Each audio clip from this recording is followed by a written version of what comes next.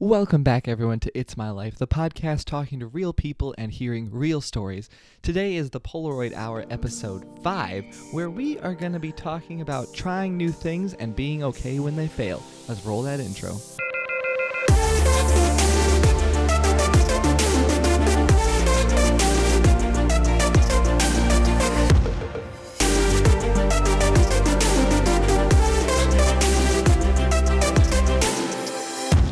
Yo, what's up, everybody? Welcome back to the podcast. I hope you all are doing so well as usual.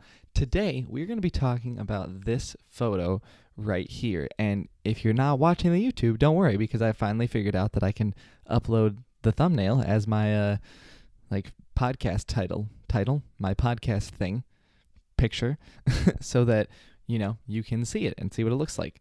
But this photo was taken from a plane. Obviously, a nice Southwest plane on the way to Michigan. So this photo was taken, I think, 3 days after I had gotten this camera. And I had this weird ambition I was like, I'm going to take a Polaroid of every, vehicle that I'm traveling in, whether it's a plane or a train or a boat, not a car, but if I'm traveling somewhere. So for this trip, I was in a plane, and then later on the trip, I was in I was on a subway, and I took a photo, and it was not good. I'll be honest. This photo is okay. It's a little overexposed at certain points. It's just a little funky. The other one is bad. It's just this gloomy picture of a rando street in Chicago. There's no sun. It is bleh. And I did maybe 3 photos for this entire series, and I was like, I'm gonna do this for a full year. I'm gonna take all these photos. It's gonna be great. I'm gonna have all these things that'll show all the planes that I've been on and all the trains. And then I stopped because I was like, I'm not enjoying this. This is not great. And it was one of those moments where I felt like I had this really grand idea. That I had this idea that was just amazing, and it was perfect, and it was fit with what I like to do and the things that I enjoyed. And then I did it a couple times, and I realized that I didn't want to use Polaroid film to just take random photos like that. I wanted them to be a little more meaningful. If I'm going to take a Polaroid, I don't want there to be 40 pictures on my wall that are just random plane windows that kind of end up looking the same. Thinking back on it, the idea in general was interesting. It was a kind of cool idea to think about tracking everything that I did and everywhere that I went. It was an interesting idea, but execution-wise, not very practical, and yeah, didn't last that long. But that's okay, because you're gonna try some things in life and you're gonna fail. And not even fail, you're just gonna realize that maybe it's not the best for you, and that is a good thing to know.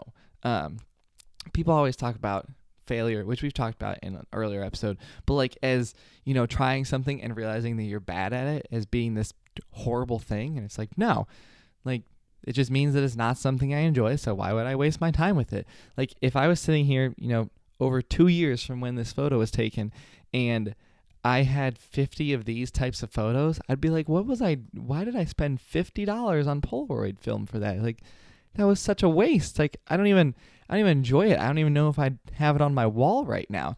And instead, my wall is covered with friends and photos of places that I've gone to and photos of myself and, just different things that I truly enjoy. Because when I take that Polaroid, I've talked about, it needs a little more effort because it is a little more expensive. It's a little more time consuming. But yeah, it's just, there was no real purpose to this. There was no real point. It didn't really make sense. It didn't really work for me. Maybe someone else can make it work. But yeah, it didn't work for me, and I realized that it was not something I wanted to use my time for. I didn't want to have to lug a Polaroid camera in my carry-on, stick it under my seat so that during the middle of the flight I could pull it out and ka-chink, and just yeah. I've made coffee on a flight, and I think I'd rather do that than take a Polaroid, honestly, in some ways. I don't know why, but it just feels way less weird. But yeah, it didn't work. It could have worked maybe if I had enjoyed it more. There's always that chance it could have worked. But that's okay. I think it's totally fine that there are going to be some things that we try in our lives and we're not going to enjoy them. And some people will look at that as a bad thing, be like, oh, you tried this, it didn't go well, you weren't very good at it. Like, that's a bummer. Like, that must suck. And it's like, no, because it doesn't suck because it's success, because it showed me something that I'm not good at and I don't need to spend time on unless it's something that I want to try to be better at, and then I know that I need to work really hard to get better at it. But if it's not something like that, then I know that I'm not good at it and I move on.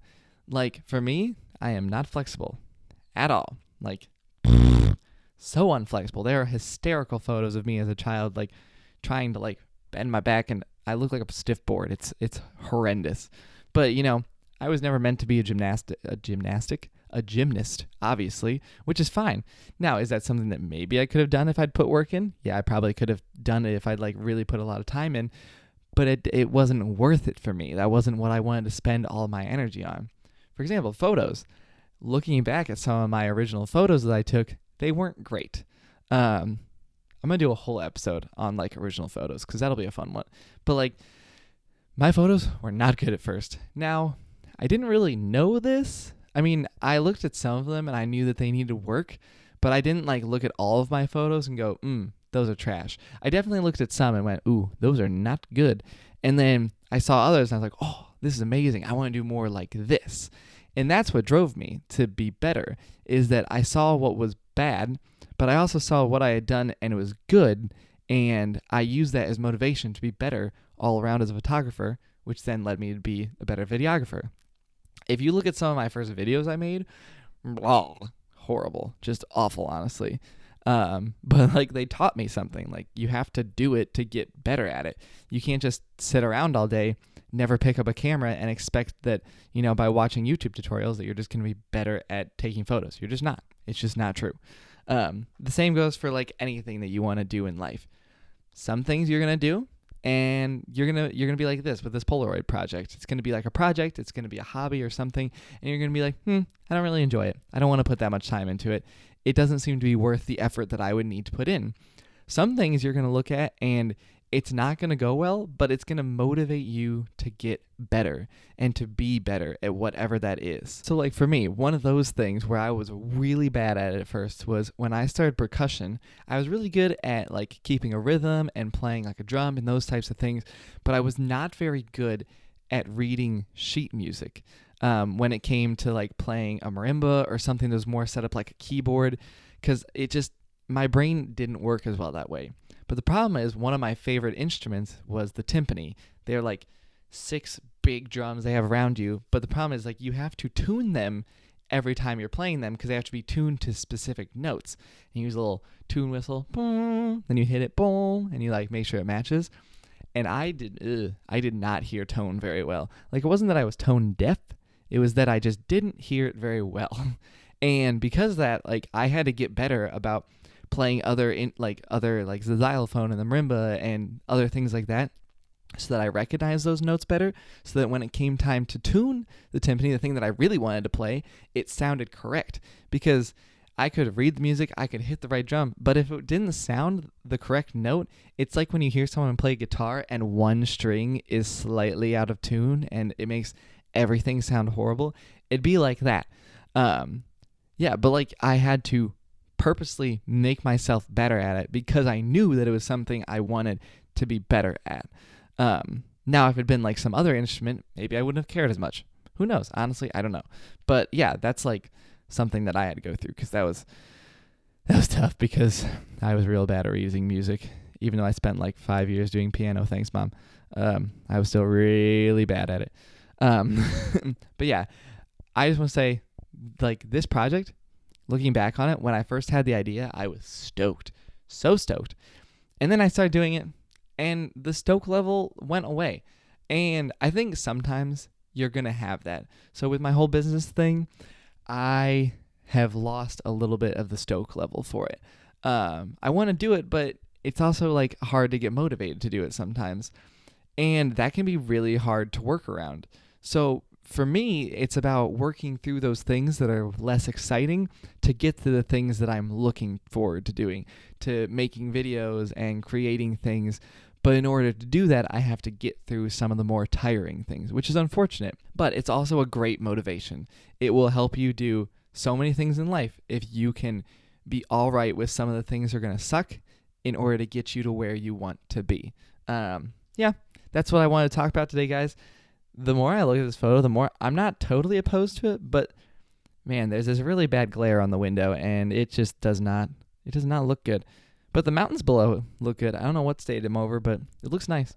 Now I want to be on a plane, and I'm stuck here. So, oh well, such is life. Thank you all for tuning in. I really appreciate you all tuning into the Polaroid Hour, especially if you're on YouTube. These definitely take a lot more time to edit for YouTube than they do for the normal podcast. I can usually crank out a normal podcast in like 30 minutes after I'm done. These take a lot more effort. So if you're watching on YouTube, thank you. Leave a comment. Make sure you're subscribed. If you're listening on the podcast, thank you for listening. As always, I appreciate all of you. I will catch you in the next episode, and I will see you in the next video. Until then, stay safe as always. Have fun. Try something new. And yeah, just stay happy. All right. Bye.